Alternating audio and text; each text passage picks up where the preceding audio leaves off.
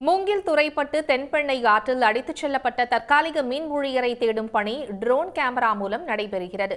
இது பற்றிய கூடுதல் விவரங்களை செய்தியாளர் ஹரிபிரசாத்திடம் கேட்கலாம். ஹரிபிரசாத், கூடுதல் விவரங்களை பதிவு செய்யுங்க. நிச்சயமாக கள்ளக்குறிச்சி மாவட்டம் மூங்கில் துறைப்பட்டு காமராஜர் நகர் பகுதியைச் சேர்ந்தவர் தற்காலிக மின் ஊழியர் திலீப்குமார்.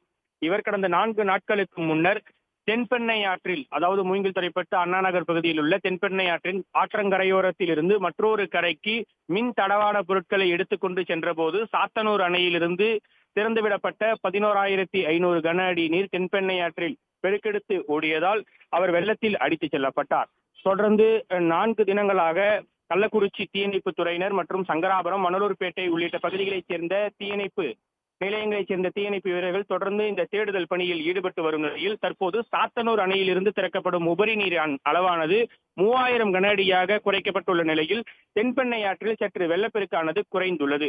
இந்த நிலையில்தான் இன்றைய தினம் ட்ரோன் கேமரா மூலமாக தீயணைப்பு துறையினர் தொடர்ந்து மூங்கில் துறைப்பட்டு பகுதியில் இருந்து தென்பெண்ணை ஆற்றின் கரையோரங்களில் உள்ள பல்வேறு பகுதிகளில் ட்ரோன் கேமராக்களை பறக்கவிட்டு அந்த தேடுதல் பணியில் ஈடுபட்டு வருகின்றனர். மற்றொரு குழுவினர் லபர் படகு மூலமாகவும் இந்த தேடுதல் பணியில் ஈடுபட்டு வரும் நிலையில் தொடர்ந்து 4வது நாளாக தற்காலிக மின் ஊழியர் திலீப்குமாரை தேடும் பணியில் தீயணைப்பு துறையினர் தீவிரமாக ஈடுபட்டு வருகின்றனர்.